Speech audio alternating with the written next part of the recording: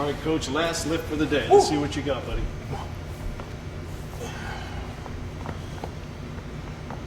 Here we go. Come on. Nice. Good work, Coach. Thanks, Coach. You out of here? Yeah, I'm out of here. All right, I'll Thank see you you very tomorrow. much. Yes, thank you very much. We are here at the Collegiate School in Richmond, Virginia to investigate a neat application of physics in the bench press. If you've ever done your own bench work, you know that when you're done and you have to take the plates off, you don't need a buddy on the other side simultaneously removing the plates so that the bar doesn't topple one way or the other. In fact,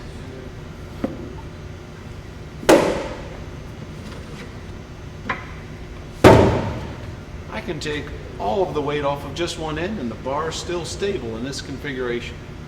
So what's going on here? Is there a limit to how much weight I can put just on one end before the bar will topple? The answer is yes, but just how much weight may surprise you. We don't have to guess. We can make an accurate prediction using physics.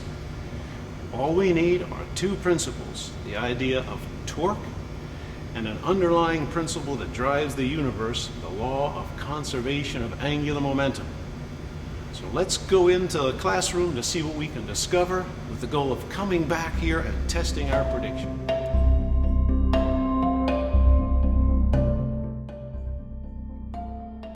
In order to understand the situation in the weight room, we need to start with Newton's law of inertia for objects like this bicycle wheel that can rotate.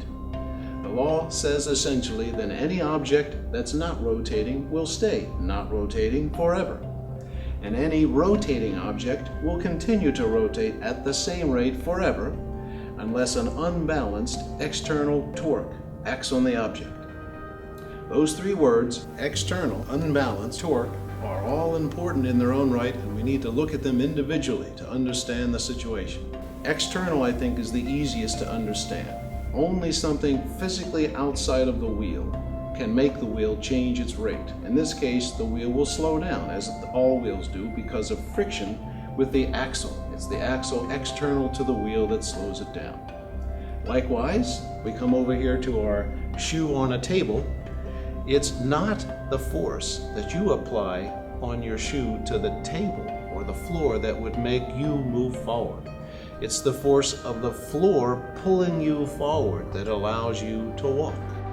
For the same reason, you can't sit in your car, push on the inside of your windshield, and make your car start moving down the road. Why not? Because that's an internal force. You have to step outside of the car, becoming an external object, applying an external force to make yourself go. In order to understand the word unbalanced, we'll use our bicycle wheel again. You can apply more than one torque to the wheel at the same time. But if the torques oppose each other at just the right effort, it's as if there's no net torque at all on the wheel. It's still not turning. Only when one of the two torques is released does the wheel get to be acted upon by an unbalanced torque. So what exactly is a torque? One way to describe it is with this disc on which I've drawn a line through the center, and this red arrow representing a force that I will apply external to my disc. If I apply the force along that line connecting the center, the disc travels through space but does not rotate. However, if I apply the force in any direction other than along the black line, the disc begins to rotate. Hence, I have applied a torque. We're now ready to describe a torque mathematically, and I'm going to use this door to help us. The door is closed, it's not rotating. To get it to rotate, I have to apply an external torque. And to do that, I must apply a force away from the axis of rotation, which is the vertical axis provided by the hinge. I push on the door away from the axis, and I create a torque. And I think you know that the farther away I push, the easier it is with my pinky to open the door. But over here, close to the hinges, applying a force with my pinky really is hard to do. What's the difference? The difference is in what we call the lever arm, the distance from the axis of rotation to the point of application of the force. Here's a system that closely matches the barbell and bench in the weight room. A meter stick balanced at its center of mass on a marker. So what does the meter stick have to do with torques and rotational equilibrium? If the meter stick were to actually fall sideways, it wouldn't just fall, it would rotate one way or the other. And remember, for an object that's not rotating, to get it to rotate, an external unbalanced torque must act on the meter stick. The external object in this case would be the Earth pulling down right there at the center. But there's no lever arm in this case because the pivot point and the force are at the same spot. No lever arm, no torque, the meter stick remains balanced. Here we have a second meter stick with some more things going on. 2 additional markers at 20 centimeters from the balance point and 1 marker 40 centimeters away. The meter stick is still balanced, so we know that the sum of the external torques must add to 0. What are those 2 torques? We have a 20 centimeter lever arm times the mass of 2 markers and a 40 centimeter lever arm times the mass of 1 marker. 20 times 2 equals 40 times 1. The torques are balanced, the meter stick doesn't rotate. Here we have a third meter stick illustrating yet a new point. In order to understand the barbell and the bench, we have to know how torques can aid each other, not just oppose each other. So here are 3 separate markers applying 3 separate torques on the meter stick about the pivot point here. So we have a sum of 1 torque, 10 centimeters times m, plus a second torque, 30 centimeters times m, that equals 40 m. And that adds up to counterbalance the single torque of lever arm of 40 centimeters times m. 40m equals 40m. The meter stick remains balanced. We are finally ready to look at torques on a barbell and figure out just how many plates we can put on one side. I drew a picture here of our barbell with the 2 supports. In this picture, the idea here is that eventually the bar will rotate clockwise off of this support if enough plates are placed on this side because of the torque they apply as an unbalanced torque. I drew some pictures here of the forces acting on the barbell as our system. We have 2 supports pushing upward with normal forces that vary depending on the plates that you put on it, the earth pulling down at the center of the bar, and the earth pulling down on this 1 plate. So how do we pick a support point or a pivot point or an axis of rotation for a bar that is long like this? Where do we analyze the torques? The good news is that no matter where you analyze the torques relative to, we could even look at them relative to a point way out here on the left end, the torques must still add to 0 or the bar will not be balanced. So in practice, we just pick a point that's the easiest to analyze. In this case, it's the far right edge of the right support. When the bar starts to rotate, that will be the only place on the support that's touching the bar. So now it becomes a pretty easy analysis. Relative to this pivot point, the earth applies a torque due to the bar's weight, and the earth applies a torque due to the weight of the plates. We just have to compare those torques and we'll be able to figure it out. So I went to the gym and I made some measurements, and here's what I found. For our particular Olympic bar, the weight was about 44.6 pounds. I put 1 45-pound plate on the right-hand side, and I measured lever arms. For the barbell itself, the lever arm was 60.6 centimeters. So the torque due to the earth pulling on the bar is 60.6 times 44.6, and that gives us our number, our very important number to compare with, 2,700 in units that aren't really important. The number's what's important.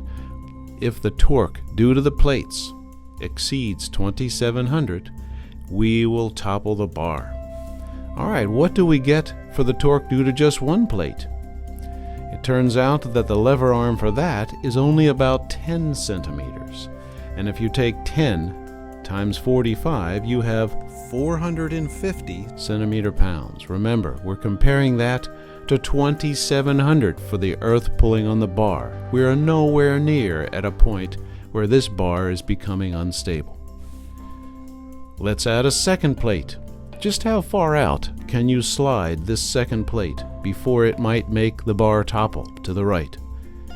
Well, we set up our math. Math is our answer.